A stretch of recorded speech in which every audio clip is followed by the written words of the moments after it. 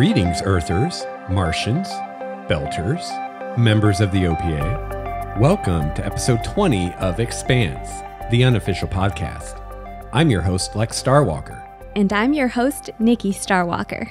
And today we are discussing the second episode of Season 2, Doors and Corners, one of my favorite sayings of Miller's from the books. Yes. So glad that it's a thing in the show, because I love that. Doors and corners, doors and corners. That's where they'll get you. So, Nikki, why don't you start us off today? What happens in this episode? Sure. Well, to begin with, we have a scene at one of the UN meetings, and Avasarala does this amazing thing where she kind of manipulates Aaron Wright into making a suggestion that ultimately there's a lot of argument over it. And he basically suggests that they target another station in response to the Martians blowing up the Phoebe research station. Yeah, and I'm just speculating here, but my thought here, or my guess, is that this is Avasarala's opening gambit to perhaps finally take down Aaron Wright, because up until now she's been playing this part that Aaron Wright expects her to play. We had the scene in the last episode where she agreed with his recommendation to kind of keep escalating and make a strong showing of Earth force, which we know is not what she really wants to do.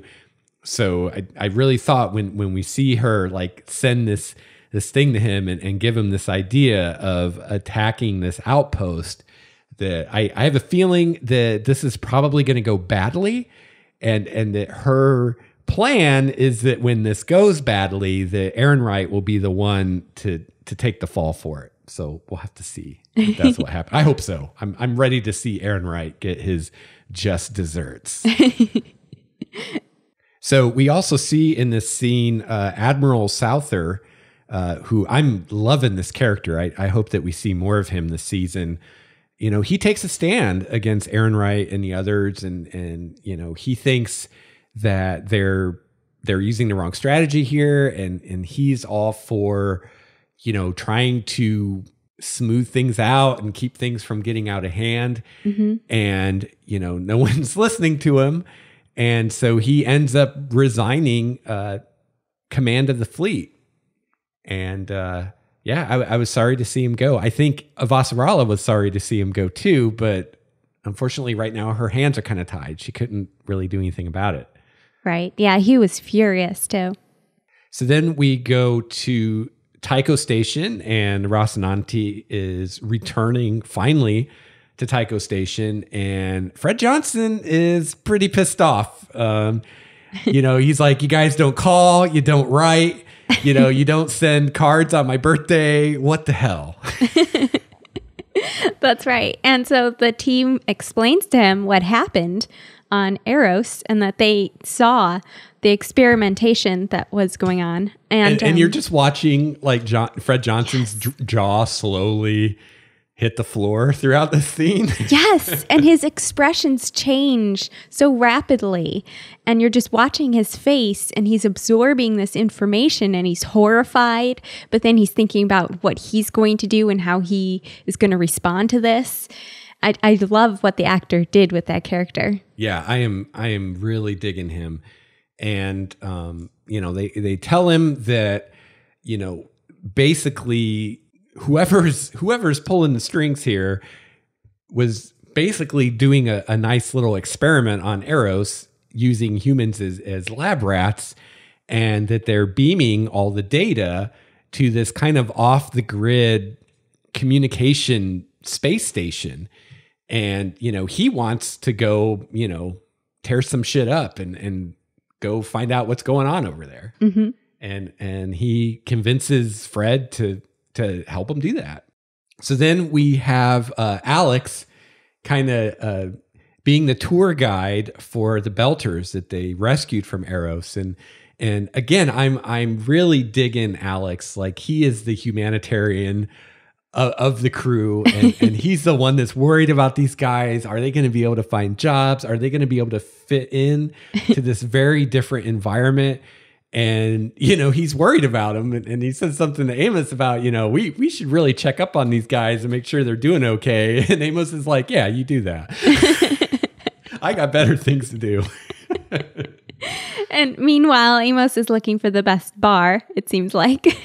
Yeah. And so Amos and Alex have a drink together. And I got to say, I know these are sets, but I really wish that these were real bars that I could go to, these bars in the Expanse. I would totally hang out at these swanky bars.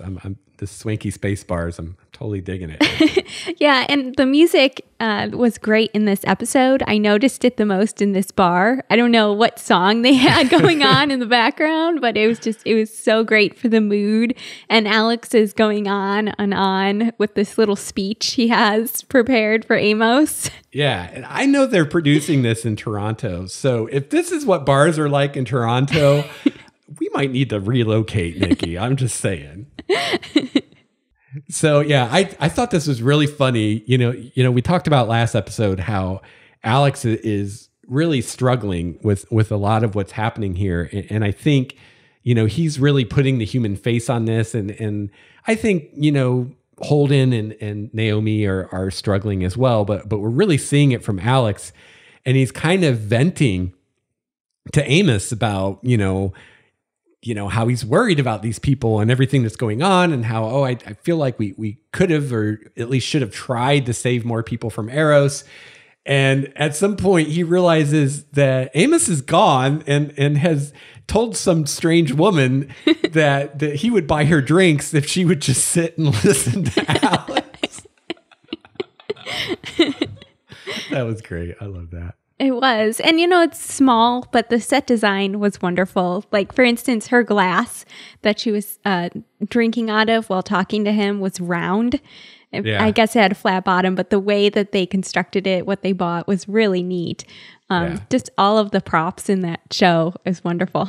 Oh, I mean, like I'm saying, if we had bars like that here in Bellingham, I'd be going out to bars a lot more. I'm saying.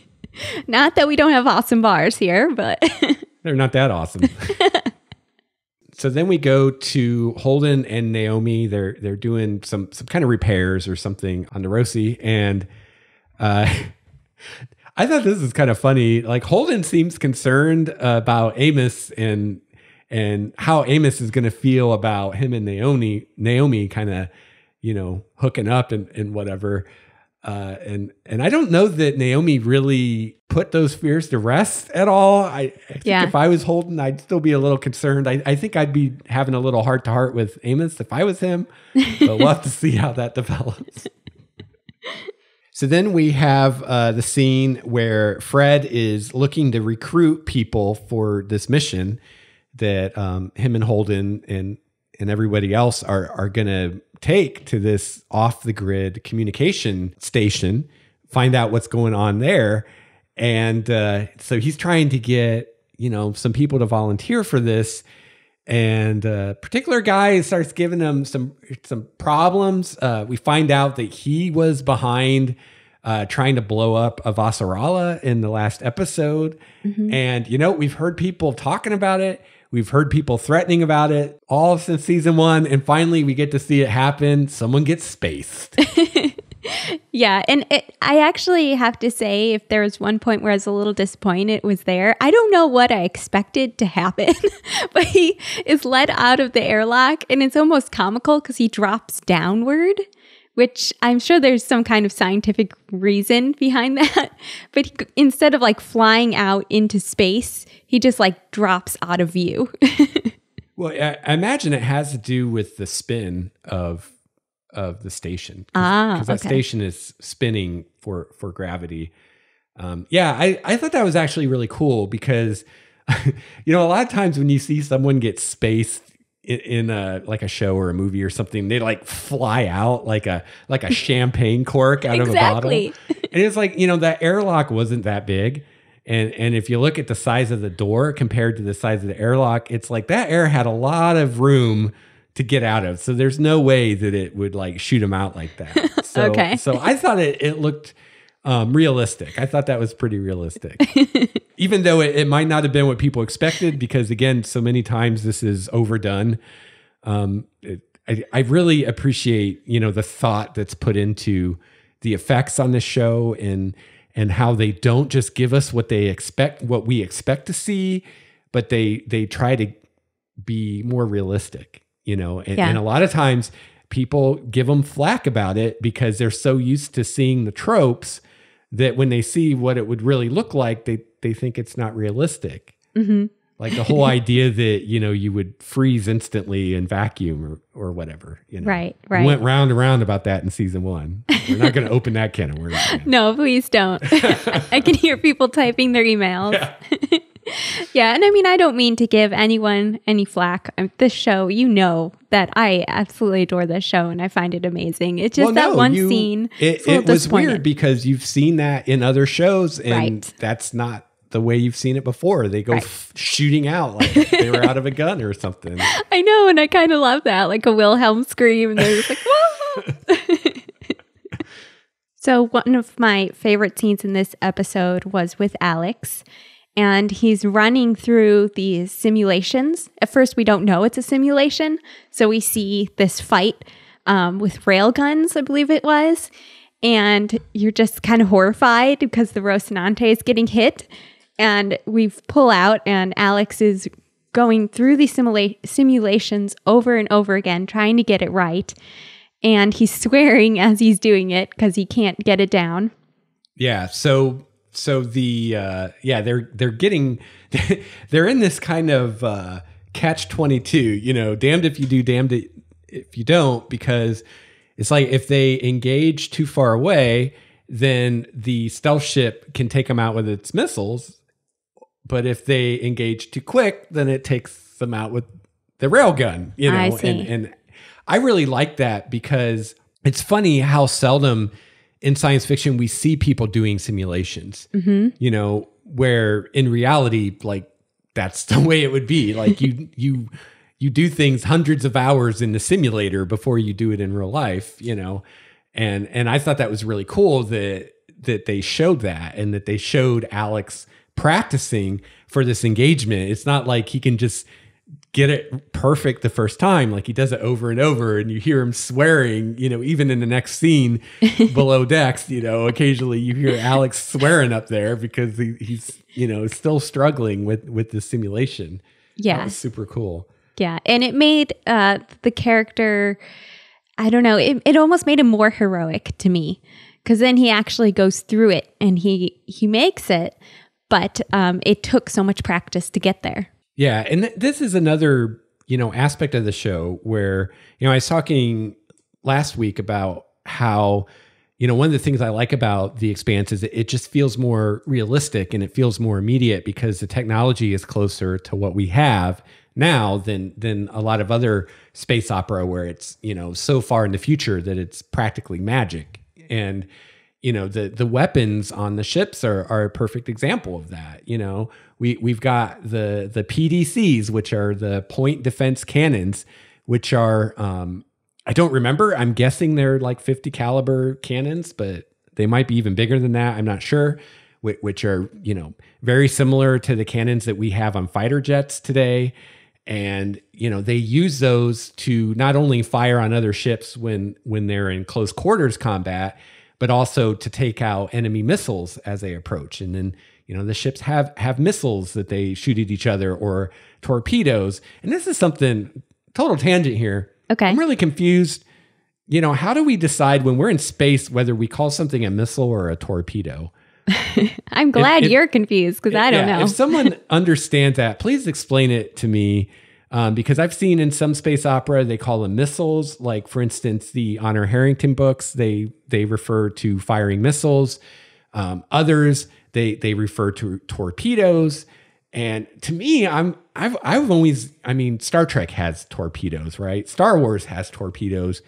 And that always confused me because torpedoes are a naval weapon. They're underwater or surface water, projectiles where missiles fly through the air. Uh-huh. So to me, it kind of seems like a missile would be a better word to use for something in space than a torpedo. But then on the other hand, it's like air and water are both fluids and space is a vacuum. So really neither of them really fit. It's like, so are we using Air Force terms or are we using naval terms?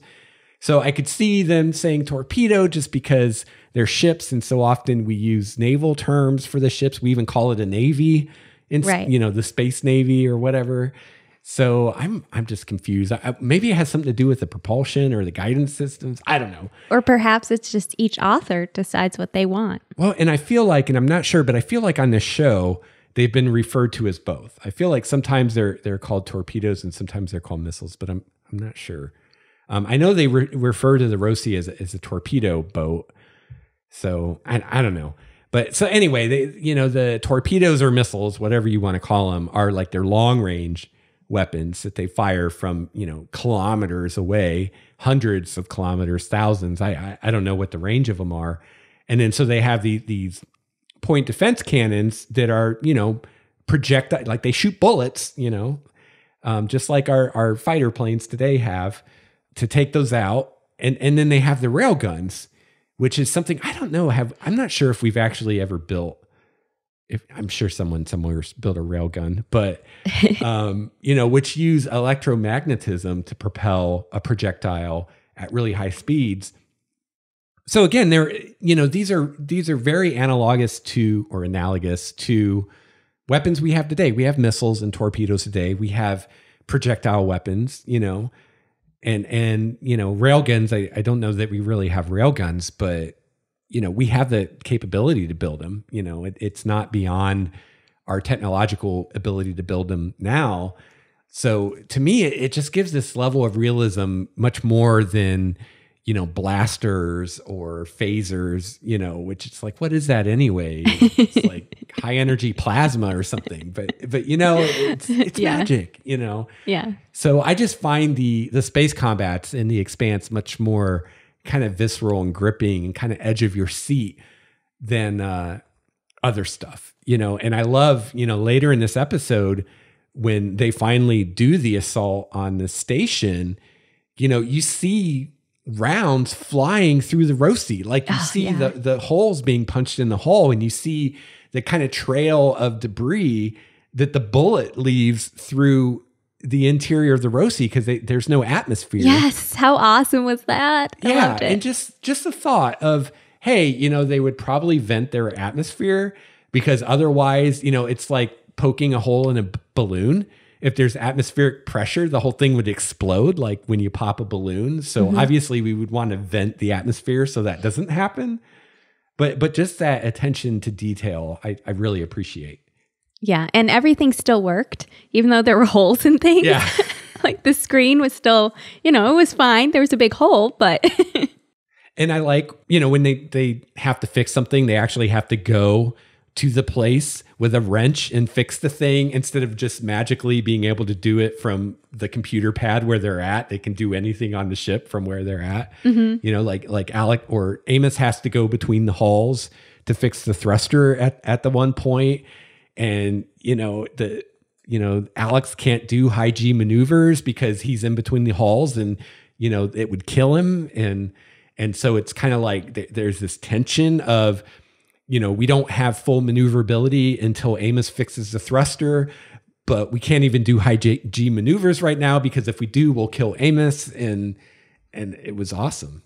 Oh, yeah. It was great. And you got to see some really cool tech, like the thing that Amos used to repair the thruster. Yeah, that was so cool. That was so cool. So I know I'm getting ahead. We usually like to go through the episode chronologically, but since we're already talking about it, sure. A lot of times we like to pick our favorite scene. And for me, this episode, hands down, my favorite scene was the assault on the space station and how, the Rosie comes in and it's like hiding inside the ring of the space station. So the stealth ship can't get a shot on it. And just that entire sequence was just like edge of your seat. It was awesome. Yes. For once we have the same favorite scene. Oh, cool. Well, we did last week too. Oh, okay. We both liked the scene with Bobby and and her Marine squad on Mars doing the training. Okay. Yeah. Yeah. So the special effects, these last 2 episodes really made it for us. Yeah, that visual effects team, man. I know. They are at the top of their class, I'm telling you. All right. Getting back to more chronological coverage of this episode. Where were we before I got us way ahead of schedule here? It always kind of goes back and forth. These 2 episodes bounce between characters. So we could talk a bit about Avasarala again. She's at a bar with Admiral Souther, who resigned in the previous episode. Yeah, and this was pretty cool. We finally see kind of both these characters kind of let their hair down. They drop rank. They drop the bullshit, as Avasarala says, and they both tell each other what they really think and put their cards on the table. And that was, well, of course, Avasarala doesn't put all her cards on the table. She puts a few of them on the table. I'd say 1. Yeah, she shows them 1 card, but the rest of her hand is very close to her vest right now. That's right. In fact, she has another hand of cards no one knows about in her back pocket. And I, for one, discovered that the Admiral thinks that Avasarala is a very different person than she really is. He clearly has no idea what she's planning. Right, and that's the idea, Right, yeah. Because she's playing this kind of deep game right now where she's starting to put pieces together, but she doesn't want anyone to know. And she's kind of playing this part while she learns more and decides, how she can best respond and what she can do. Because I think despite the terrible things we see her do, like in the first season, I don't remember the character's name, but there's the ambassador from Mars, who's an old friend of hers from when she was a little girl, and she ruins his career in order to find out where this stealth technology was coming from. She totally plays the guy. And he has a little speech about how, she'll do anything to win. And so she comes across as very heartless and cruel and calculating. But at the end of the day, everything she's doing is for Earth. And I think, I don't know that we've heard her say this, but I think ultimately for the entire system, I think she's really, trying to do what's best for everybody. But, she's playing this very long game. So, when you look in the present moment, a lot of times what she's doing seems like really terrible things, but she's got, an objective that she's going towards. And I think that objective is kind of what's best for everybody. But because of this game she's playing, like nobody really knows that except her husband. That's right. Yeah. And the Admiral at this point, I think, blames her for the Martian ambassador's death. He doesn't realize that Ehrenreit's most likely behind his death. Right. We find out at the end of season 1 that it actually wasn't a suicide, and Ehrenreit most likely had him killed. Right. Yeah. And so while she's at this bar talking to the Admiral, she wants to know more about Fred Johnson. I think she's trying to get into his head and figure out what he's planning, where he's going, what his next move is. I think also that, she has this discussion about Souther, and we actually, through this, we learned some more about Fred, and we find out that the whole, he's known as the Butcher of Anderson Station, and that this whole thing wasn't his fault. They were jamming transmissions from the station, and Fred didn't know that they'd been surrendering for days. And basically he was played by his superiors and kind of used as a scapegoat. Yep. And what Souther tells Avasarala is, even though all this happened, Fred never outed anybody. He never, tried to spill the beans to try to clear his own name. He just walked away. And I mean, my theory about what's happening here is that kind of gives Avasarala this glimpse at Fred's character. And I think at this moment, she's seeing him as a possible ally.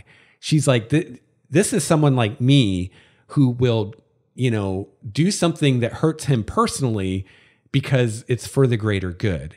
And I think that the reason she wants to get in contact with him is she wants to join forces with Fred, even though, as Souther points out, it's treason for her to do this.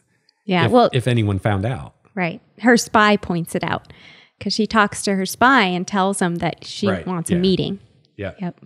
Yeah. So yeah, I'm looking forward to her and Fred putting their heads together. I think amazing things will happen once they join forces, because I think that's what's happening. Because you almost saw her kind of light up when Souther kind of told her the real story of what happened with Fred. And before now, she's been kind of writing Fred off as a terrorist. And now she realizes, oh, there's a lot more to this guy than what meets the eye, just like there's a lot more to me than what meets the eye. That's right. So that is really cool. And there's just like some of the subtleties in this show is just amazing. I really dig it.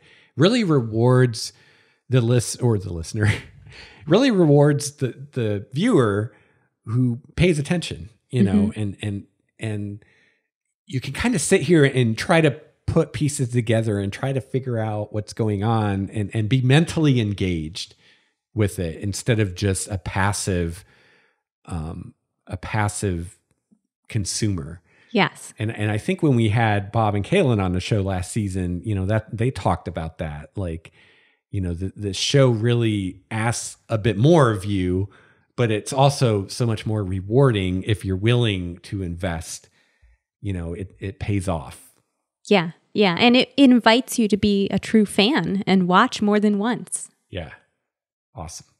So we have this freighter ship that Fred's on that has the boarding parties, which I thought it was hilarious when these boarding pods or drop pods or whatever they call them are FedEx cargo containers that they've retrofitted for this. That was awesome. I love that. I love that little detail. But we've got Fred on the ship, and they've got these two boarding pods or whatever they call them. And then the Rosie is actually in like the radar shadow of the ship. And as they approach the space station, they have the Rosie kind of move apart, just tumbling on all its axes. So it just looks like a piece of space junk. And then they radio to the station saying, hey, you know, we've seen this piece of space junk or cargo or whatever, and we're claiming salvage rights, all as a way to buy as much time as possible so they can get as close to the station as they can before anyone realizes that something's up. Ah, I see. Okay. I'm glad that you clarified some of that for me. I got a little bit confused there. So. Yeah, because the Rosie was completely powered down and it was tumbling. You know, it wasn't oriented in any way. So on a radar or a LiDAR readout, it would just look like a piece of junk. Okay. And so that was a way to kind of get it closer before they powered up and fired up their engines and we're like, ha, we got you. So then we have the scene with Miller on the boarding pod. And again, you know, we're constantly reminded in this episode that Miller is not used to space travel. He's kind of like the C-3PO of the Expanse. I hate space travel. Yeah, and it's really funny because I'm reading some of the Expanse websites has some summary on there for each episode. And they say Miller hates space and hates people and basically hates his life right now. Yes. And all of you Save Diogo people, I'm sure we're very happy to see a familiar face. It was awesome. Very great to see Diogo back. I'm so glad he's back. Someone saved him. Yeah. Yeah. And so him and Miller have some great dialogue there. And kind of seem to do a little bonding, I think. I don't think either one of them would admit it, but I feel like they were kind of connecting a little bit there. And Miller loses his cookies, which I actually think is a good thing because this was before he put his helmet on. That would have been a lot worse if he would have puked with the helmet on. So. Yeah. But Diogo says that he'll keep an eye on the old man while they're fighting. And I have to say, as someone who myself lost my cookies on one of my first pilot lessons. Really? I kind of felt for Miller there. It's very embarrassing. You're trying to hold it together and you can't. And the instructor is like, if you're going to puke, stick your head out the window. Don't puke in the cabin. So then, we have me and Nikki's favorite scene in this episode where we have the firefight between the Rossi and the station. And we've got some tension because the station has this weapon that I believe they said was for shooting asteroids or something. That they're going to target these drop pods with. And at this point, the Rossi's kind of taken refuge within kind of the ring of the station so that this stealth ship can't get a beat on them. But now they've got to kind of give up that cover to try to take out this gun before it blows up the pods with all their people on it that are supposed to board the station. And just to add to the tension, we've got a thruster going bad. So now, this is what we were talking about earlier. Amos has to go between the hulls and fix that, which is kind of limiting what Alex can do because he doesn't want to toss Amos around too much because then you'd have pureed Amos and that wouldn't be good for anybody. Yeah, I hate to say it, but I think Holden was having a hard time making that call between making an aggressive move with the ship and sacrificing Amos or waiting until Amos was done with his repairs. Yeah, and I think that the way that he handled that, I think we see how, Holden is kind of rising to the occasion. And, you remember in the very beginning of season 1, the commander of the Canterbury was trying to make him the new XO and Holden didn't want the job. And Holden has said a few times in this show that he doesn't want to be in charge. He doesn't want to be responsible for anybody but himself. And he's been stuck in this situation where he feels responsible for everybody on the Rossi, not just because they're under his command, but also because he's kind of the one that got him into this mess because he's the one that logged the distress call from the Scopuli way back in season 1. Mm-hmm. And so he feels responsible, and he is responsible for all these people. And even though he probably personally at this point doesn't like Amos very much, and, they've come into conflict and Amos is kind of this wild card, this unpredictable element in the crew, he still, when push comes to shove, he protects him and he takes care of his people. And I think that that's a great kind of character moment for Holden that we see that it's like he puts his personal feelings aside. And even though it was risky, he's like, no, let's hold off and make sure Amos is okay. Right. So that was pretty cool. I'd like that. Big fan of Holden right now. It's going to be difficult for me to be a big fan of Holden. And we finally see in this episode what Nikki and I have been kind of waiting for. We see the budding partnership between Holden and Naomi, mm-hmm. which is nice to see. It'll be fun to see where we go with that. It's finally out in the open. Yeah. And I think they're going to be a really good team. Naomi is very intelligent and very kind of clear-headed. Like mm-hmm. she tends to see the big picture. Yeah. And Holden is very passionate and very kind of driven by his emotions, which a lot of times is an asset to him and it helps him do the right thing. It helps him make those hard decisions, but it can also get in his way. And we're seeing Naomi kind of help him navigate that and help him, not beat himself up too much and not take on too much emotionally, more than he should.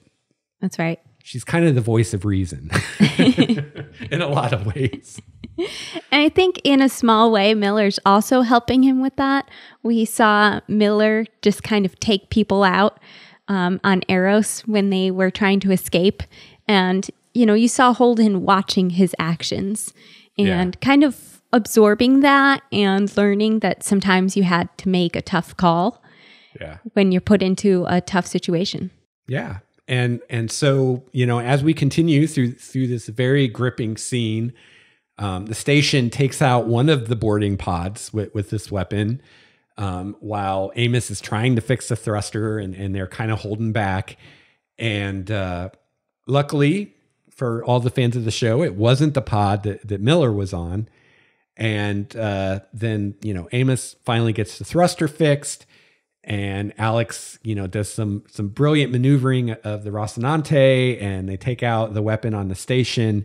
And then Miller's pod breaches the station, and they get into a firefight on the station. But then, surprise, surprise, the guys on the station are shooting like, I think they called them gel rounds. They almost seemed like paintballs. Yeah, they did. And they said it was for subduing like prisoners, so they're non-lethal ammunition.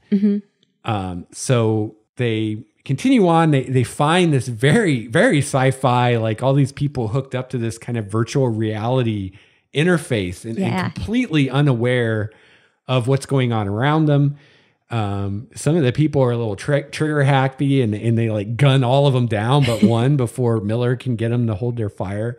And I thought that was really cool. I thought they did a really great job. I mean, as someone who's never been in a combat situation, let me just put that out there, but it seemed very realistic how they conveyed the chaos, and how, both those instances where they first get on the station, and then when they find all the scientists, where Miller's trying to get people to hold their fire and trying to get commands, and it's just chaos, and people are shooting and not listening. and both times it takes him a little time to kind of get control of the situation. And I thought that was cool, that it's just kind of chaos, and he's trying to direct people, but when weapons are firing, it's like people can't hear what you're saying, or the adrenaline's pumping in their veins, and they're not paying attention.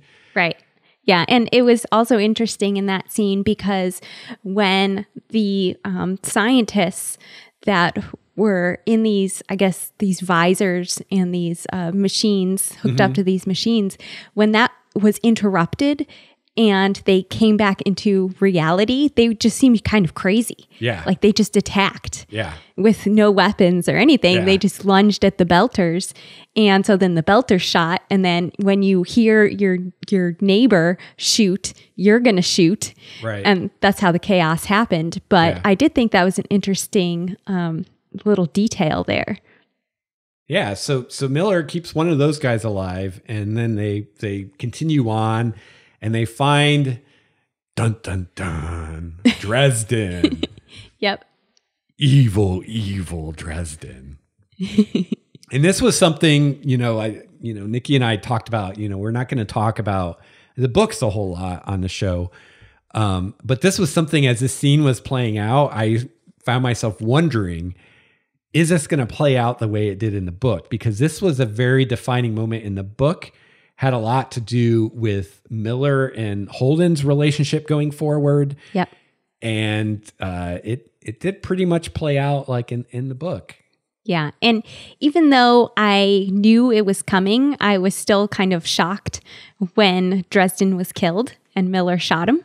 Yeah. So Dresden is explaining himself, and he's explaining kind of this big picture, what they're doing.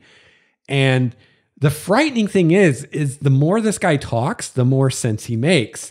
And you see Fred Johnson being convinced and even saying, starting to make plans for, okay, this is the deal we're going to make, and Miller is kind of like, fuck this, and shoots him in the face. And that was the end of that. Yeah. And, Dresden said that all the files were locked. So how are we going to get that research without him? Right. Definitely didn't seem a smart thing for Miller to do. Even though I have a feeling a lot of us were like, yes, when he did it. Yeah. So I'm sure that there will be some fallout of this. I'm sure this is something that will be gone over again and again on the Rossi and on Tycho Station with Fred Johnson, what Miller did and how Miller kind of took things into his own hand there and was kind of like, screw everybody else and what they want to do. I'm doing this thing and takes this action. I mean, there's no going back. The Dresden's dead now, and what he knew is gone with him. And like you said, Nikki, he at least claims that he's the only one that can access this data. And so now, they're kind of screwed. But for whatever reason, Miller felt he couldn't listen to this guy talk anymore. And, it was interesting because Dresden was ready to go with Fred and was like, I'll give you access to all the stuff and I'll work for you, and it kind of makes you wonder, if things would have continued that way, what would have been the outcome of that? How would Fred this is amazing. How would Fred have handled that? Mm-hmm. Would he have been a good custodian of this very dangerous information or not? And I mean, we'll never know now. Right. Miller made sure of that. So, I mean, I think at the end of the day, I think Miller probably made the right choice because I think, the old cliche, power corrupts and absolute power corrupts absolutely. And as good of a person as Fred may be, to have that kind of power, would he have really resisted the temptation to do something with it? Probably not. Probably would have convinced himself that he was doing it for good reasons, for the greater good, but... Yeah, and would it even have been possible to keep that kind of information safe? Right. I mean, all sides would have been trying to get a hold of it. Right. Yeah. Yeah, it's kind of like the same thing in the last episode with the protomolecule and the decision to hide it behind an asteroid somewhere. It's like, well... that is a risk because even though we're the only ones that knows where it is, and theoretically, no one could ever find it without us telling them, it's still a risk because if we destroy this thing, there's no chance that anybody can get a hold of it. But now we hid it somewhere. So all it takes is one of us talking or whatever. Mm-hmm. And now, maybe it gets into the wrong hands. So yeah, it'll be interesting to see how this develops and where this goes from here.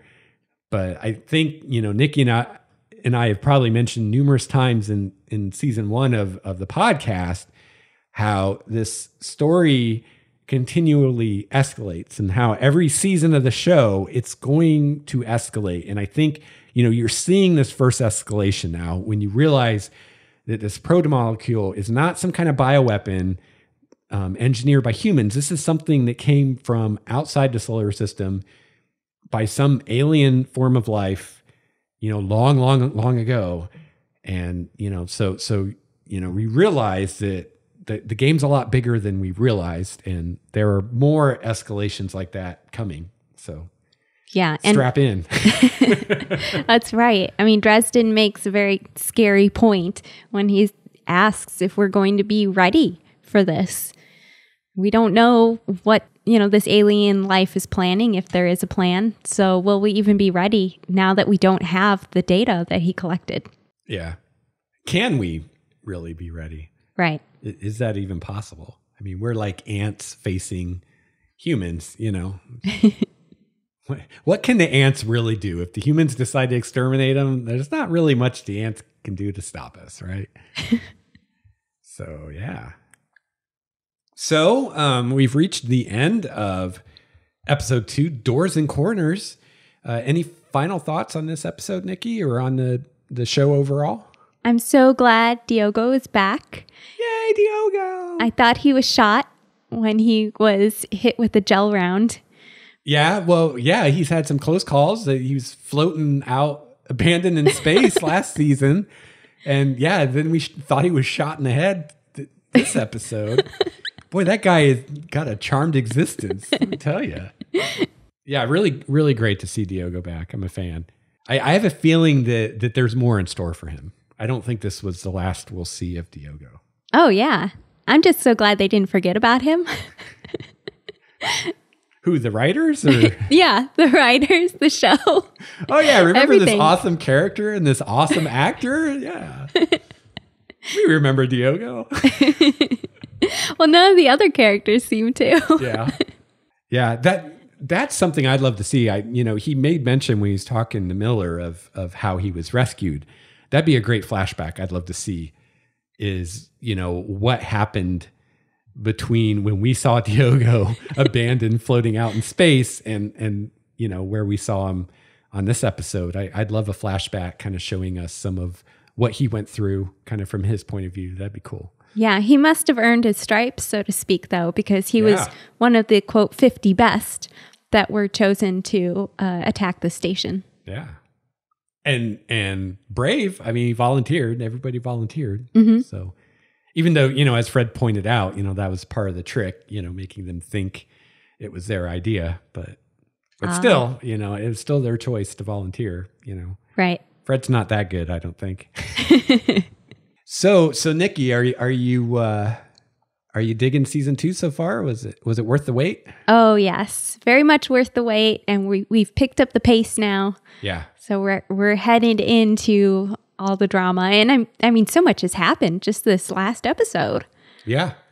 Yeah, and to those listening, fellow fans of the show, I encourage you to tell your friends about The Expanse. It amazes me how many people don't know about this show yet. And, it's kind of funny because I follow a lot of people on Twitter that are involved with The Expanse. And, in this past year, almost since the end of season 1, even the last couple months, there are people that were just now finding out about this show, just now seeing it. It helped once they got it on Netflix for everybody outside the US and Canada, that all those great people could see it. And, so even still, there's probably a lot of people who would love this show that for whatever reason, they don't know about it or they haven't checked it out. So if you know someone that you think would really enjoy The Expanse, make sure they're watching it because they may not know about it or they may not realize how good it is and they haven't taken the time to check it out. So, and the nice thing is, season 1 kind of, I think they did a really good job of the pacing. And we've talked about this on the show before, where every episode had a climactic moment and something exciting that happened. But all that said, it almost felt like season 1 was a big long prologue, right? Like it seemed like at the very end of season 1, you started to realize what's really going on and what the real story is. And it was kind of this slow build, this slow burn up to, oh, wow, this is awesome. And I think by now, episode 2 of season 2, it's like you can see it now. You can see that great things are ahead. So I think this is a great time for someone new to start watching. They have all of season 1 to watch and these 2 episodes to watch. And, if you can watch all that and not be excited for the next episode, I mean, maybe check your pulse. You might be Walking Dead. I don't know. But yeah, I mean, I think the show sells itself, if someone will just take the time to watch it. And yeah, it's only going to get better. Yeah, exactly. Is that what you were going to say? That and that you can binge it. Yes. Yes. So if you don't know, if you're listening to this right now and you don't know, if you have Amazon Prime, all of season 1 is on Amazon Prime for free. I mean, quote free. You're paying for Amazon Prime, right? But you don't have to pay for the episodes. You can get season 2 on Amazon Prime right now. I think it's $29.99 for the entire season 2 in HD. We don't know, when and where it's going to be available when. The folks at Alcon are the ones that have that knowledge, if anybody knows at this point. But definitely keep watching and tell your friends. And while you're at it, tell them about our podcast. I guess we should plug that too, right? Yeah. So if you would like to get a hold of Nikki and I and let us know what you think of The Expanse, let us know what you think about our podcast, you can head to our website, starwalkerstudios.com. You can see the show notes for this and all the episodes. You can email us, expansepodcast@gmail.com. I'm on Twitter @LexStarwalker. I'm on Twitter as well @Nikki Starwalker. So we'd love to hear from you. And let us know what you think. If there's anything that we missed that you'd like us to talk about, let us know. And we'll be sure to hit it next time. That's right. And I'd like to take this opportunity to apologize for my cat. If you hear her. Can we space her? I don't know why she's crying. Because we're podcasting and not giving her dinner. That's right. All right. So we will be back next week to talk about the next episode. So until then, conserve your oxygen and your water. Resources are scarce out in the outer solar system. Invincible me.